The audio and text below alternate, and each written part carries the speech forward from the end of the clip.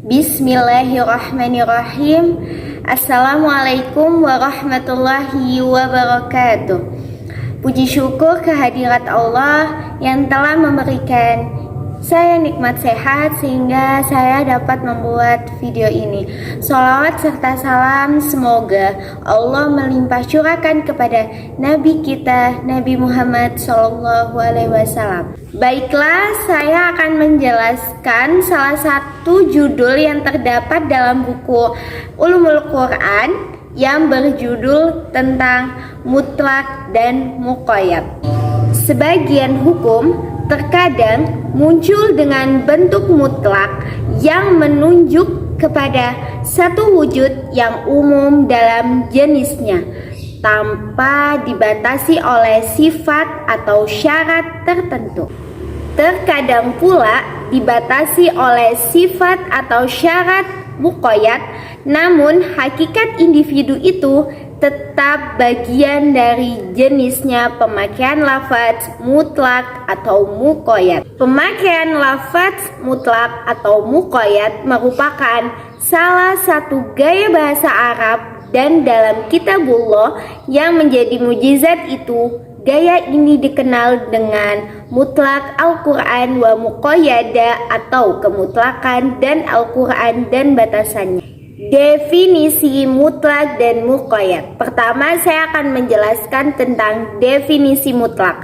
Mutlak adalah lafaz yang menunjukkan satu hakikat dalam suatu kelompok tanpa sesuatu qaid, pembatas. Jadi ia hanya menunjuk kepada satu zat tanpa ditentukan yang mana dari kelompok tersebut. Lafaz mutlak ini pada umumnya berbentuk lafaz nakiro. Misalnya lafaz raqabah, seorang budak dalam ayat fatahiru raqabatin. Di sisi ini mencakup kemerdekaan manusia yang dimiliki, yaitu budak apapun jenisnya, baik dari kalangan muslim atau kafir. Lafaz raqabah adalah nakiro dalam konteks kalimat positif, karena itu pengertian ayat ini adalah wajib atasnya memerdekakan seorang budak dengan jenis apapun juga. Oleh karena itu, sebagian ulama usul mendefinisikan mutlak dengan suatu ungkapan tentang isi nakiro dalam konteks kalimat positif. Kata nakiro mengecualikan isim nakiro dalam konteks negatif, karena nakiro dalam konteks negatif mempunyai arti umum, meliputi semua individu yang termasuk dalam jenisnya. Baiklah, saya akan menjelaskan tentang definisi muqayyad. Muqayyad adalah lafaz yang menunjukkan suatu hakikat dengan qaid, batasan, seperti kata-kata raqabah, budak, yang dibatasi dengan iman dalam ayat An-Nisa ayat 92 yang berbunyi fatahriru raqabatin mu'minah. Maka hendaklah pembunuh itu memerdekakan budak yang beriman. Baiklah, setelah kita menjelaskan tentang definisi mutlak dan muqayyad, saya akan menjelaskan tentang pembagian mutlak, muqayyad, dan hukumnya. Mutlak dan muqayyad mempunyai bentuk-bentuk yang bersifat rasional. Saya akan menyebutkan bentuk-bentuk yang realistis sebagai berikut. Yang pertama itu kayak sebab dan hukumnya sama, seperti puasa. Untuk kafaroh sumpah, lafaz itu dalam qiraah mutawatir yang terdapat dalam mushaf diungkapkan secara mutlak. Terdapat dalam Quran surat Al-Maidah ayat 89 yang berbunyi Bismillahirrahmanirrahim. Faman lam yajid fasiyamu thalathati ayyam. Dzalika kaffaratu aymanikum idza halaftum. Barang siapa yang tidak sanggup melakukan yang demikian, maka kafarohnya puasa selama 3 hari. Yang demikian itu adalah kafarohnya sumpah-sumpahmu bila kamu bersumpah lalu kamu langgar. Jadi di dalam puasa itu muqayyad kan dibatasi dengan at-tatabu yang itu berturut-turut seperti dalam qiraat Ibnu Mas'ud fasiyamu salasati ayyamin mutatabi'at, maka kafarahnya adalah berpuasa selama 3 hari berturut-turut. Di sini pengertian lafaz yang mutlak ditarik kepada yang muqayyad karena sebab yang satu yang berbicara tentang sumpah itu tidak akan menghendaki 2 hal yang bertentangan, yaitu puasa secara mutlak dan puasa secara berturut-turut. Oleh karena itu ada yang berkata bahwa harus dilakukan berturut-turut. Lah, pendapat ini tuh ditolak oleh golongan yang memandang qiraah itu tidak mutawatir. Sekalipun mansyur, ia tetap tidak dapat dijadikan hujjah. Maka dalam kasus ini dipandang tidak ada muqayyad yang karenanya lafaz mutlak dibawa ke padanya, jadi dibawa kepada ditarik, jadi ditariklah ke si muqayyad itu, si mutlaknya itu. Dan yang kedua, sebab sama namun hukum berbeda, seperti kata tangan dalam wudhu dan tayamum, membasuh tangan dalam berwudhu. Yang kedua saya akan menjelaskan tentang sebab sama namun hukumnya berbeda, seperti kata tangan dalam wudhu dan tayamum, membasuh tangan dalam berwudhu dibatasi sampai dengan siku. Allah berfirman dalam Quran surat Al-Maidah ayat 6, Bismillahirrahmanirrahim. Ya ayyuhalladzina amanu idza qumtum ila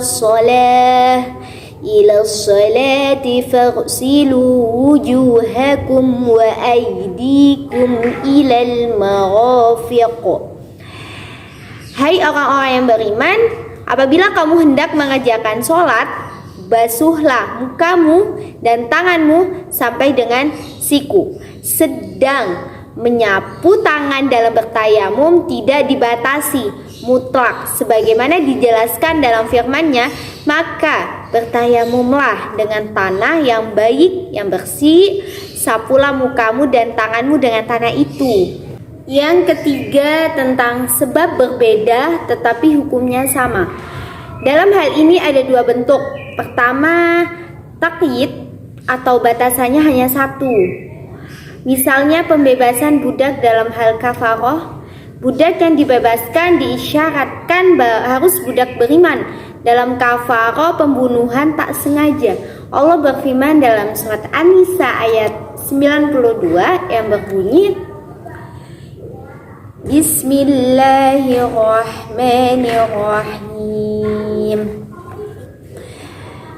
وَمَا كَانَ لِمُؤْمِنٍ أَن يَقْتُلَ مُؤْمِنًا إِلَّا خَطَأً وَمَنْ قَتَلَ مُؤْمِنًا خَطَأً فَتَحْرِيرُ رَقَبَةٍ مُؤْمِنَةٍ وَدِيَةٌ مُسَلَّمَةٌ إلى أهله إلا أن يصدقوا فإن كان من قوم عدو لكم وهو مؤمن فتحرير رقبة مؤمنة وإن كان من قوم بينكم وبينهم ميثاق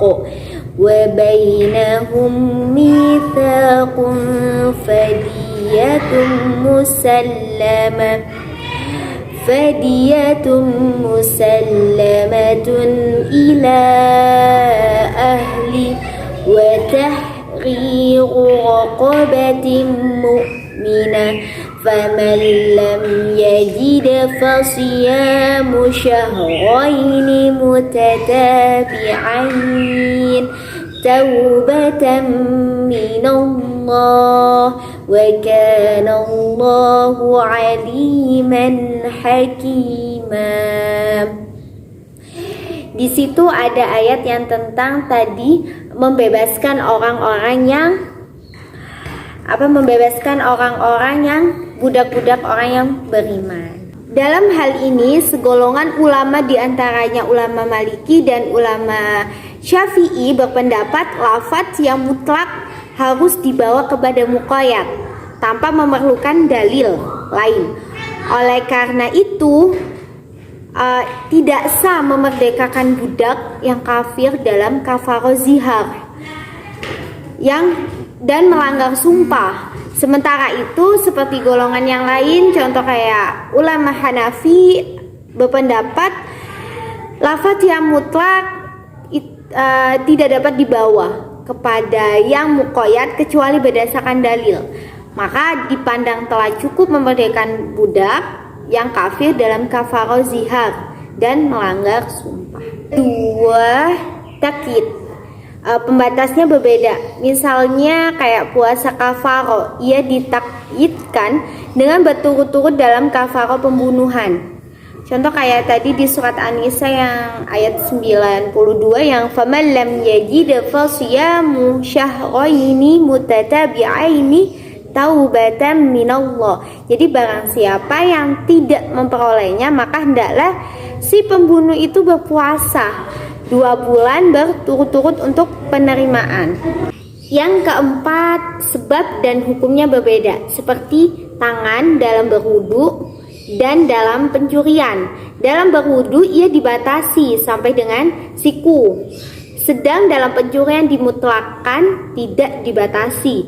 Firman Allah dalam Quran surat Al-Maidah ayat 38, laki-laki yang mencuri dan perempuan yang mencuri, potonglah tangan keduanya. Jadi tidak ada batasan. Jadi orang yang mencuri itu tidak ada batasan.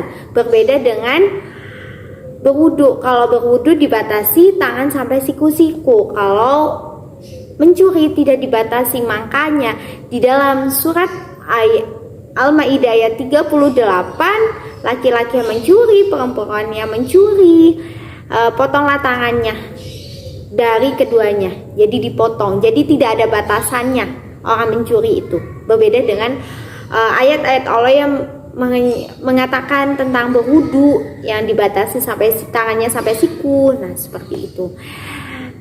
Menurut penulis kitab Al-Burhan, jika terdapat dalil bahwa mutlak telah dibatasi, maka yang mutlak dibawa kepada muqayyad.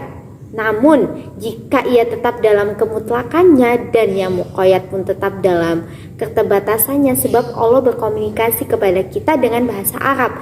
Apabila Allah telah menetapkan sesuatu hukum dengan sifat atau syarat, kemudian terdapat pula ketetapan lain yang bersifat mutlak, maka yang mengenai yang mutlak itu harus dipertimbangkan.